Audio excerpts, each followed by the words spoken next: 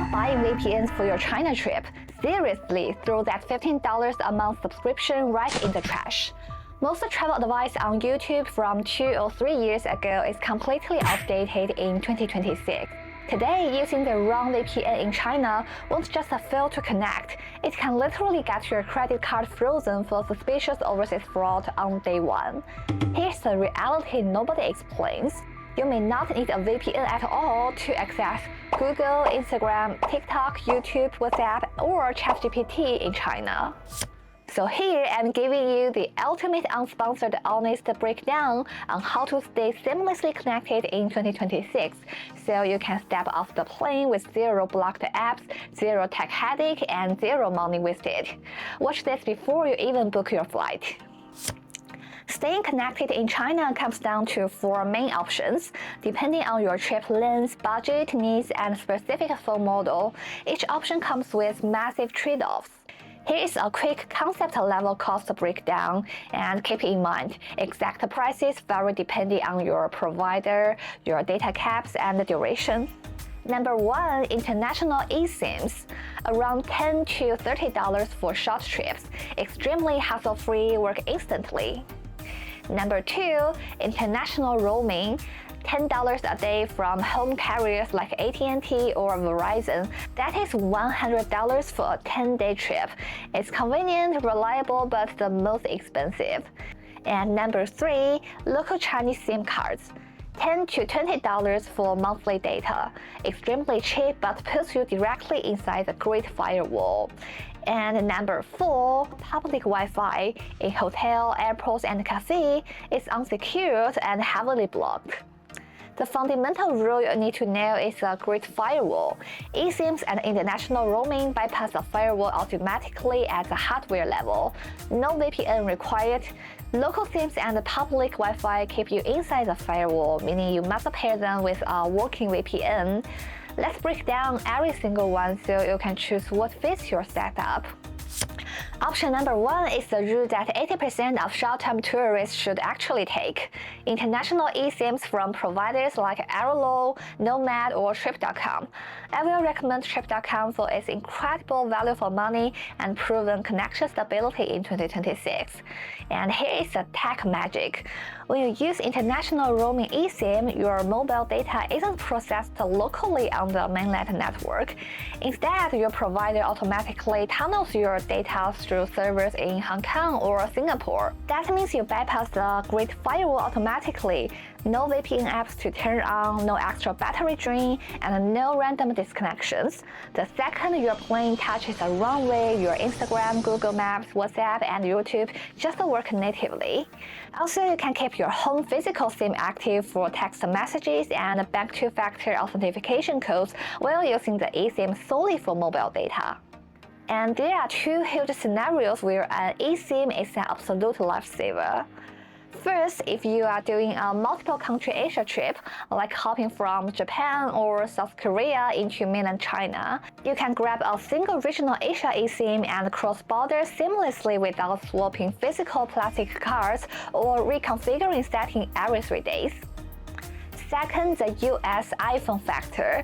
If you carry a US market iPhone 14, 15, 16, or 17, your phone does not have a physical SIM card slot. Apple completely eliminated physical SIM card trees for US models. That means walking into a local store in China for a plastic SIM card isn't even physically possible. An eSIM is literally your only option. Now, what if you have an older phone or an Android model that doesn't support eSIM at all? Don't panic, option 3 with a physical SIM is built just for you, and we'll cover that in a second. Just remember rule number 1, you must purchase and install the eSIM profile before you board your flight. Once you land in China, accessing foreign eSIM marketplace apps gets significantly harder. Also, please notice this. If you choose the eSIM route, you won't have a local Chinese phone number. A lot of travelers panic thinking, can I even order a taxi or buy food without a local number? The answer is yes, absolutely, if you know these 3 exact workarounds. First, download Alipay and WeChat Pay before leaving home and link your foreign Visa or MasterCard. Foreign credit cards work seamlessly across China now for everyday purchases under 200 RMB with zero added fees. And second, to book a taxi, download the Didi. It accepts your foreign phone number without issue and charges your linked Alipay account or Visa card automatically.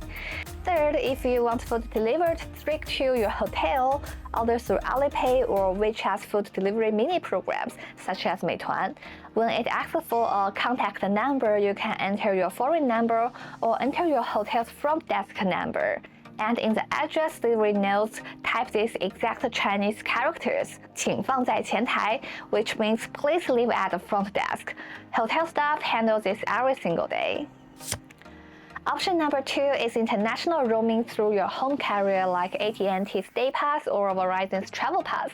Just like eSIMs, roaming routes your internet traffic through your home country's servers, meaning you get full access to Google, Instagram, and WhatsApp without any VPN. And the downside, it is ridiculously expensive, usually $10 a day per line. If you are traveling for 2 weeks with family, that bill turns into hundreds of dollars fast. But you can still use this as an emergency backup, but for main data, an eSIM is just a fraction of the cost. Option 3 is getting a local Chinese SIM card. This is ideal if you are staying in China for more than 2 weeks, or if you need massive local data and a real local number for long-term rentals or apps. You don't just have to buy this at airport counters or physical China mobile stores upon arrival. You can also pre-order physical SIM cards online via platforms like Trip.com or Amazon before your trip and pick up at the airport. Remember, you are now 100% inside the firewall. Google, WhatsApp, and Instagram are completely blocked, meaning you must pair a local SIM with a working VPN. That leads to the ultimate question, which VPNs actually work in China right now? Here's the honest truth in 2026. There is no VPN in the world that is 100% permanently guaranteed in China.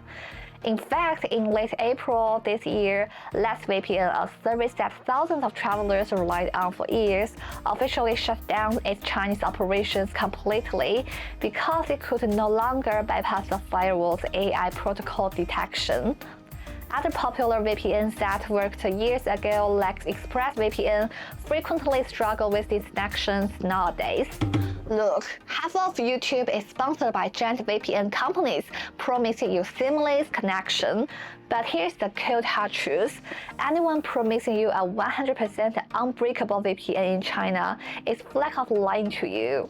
Currently, the few tools that power users and expats still rely on are heavy-duty options like Astral VPN, which uses custom obfuscated protocols, though it runs around $30 a month. This is why I strongly recommend the parallel method. Never rely on a VPN alone. Buy international eSIM like Trip.com as your main zero VPN needed line, and keep a VPN as secondary backup.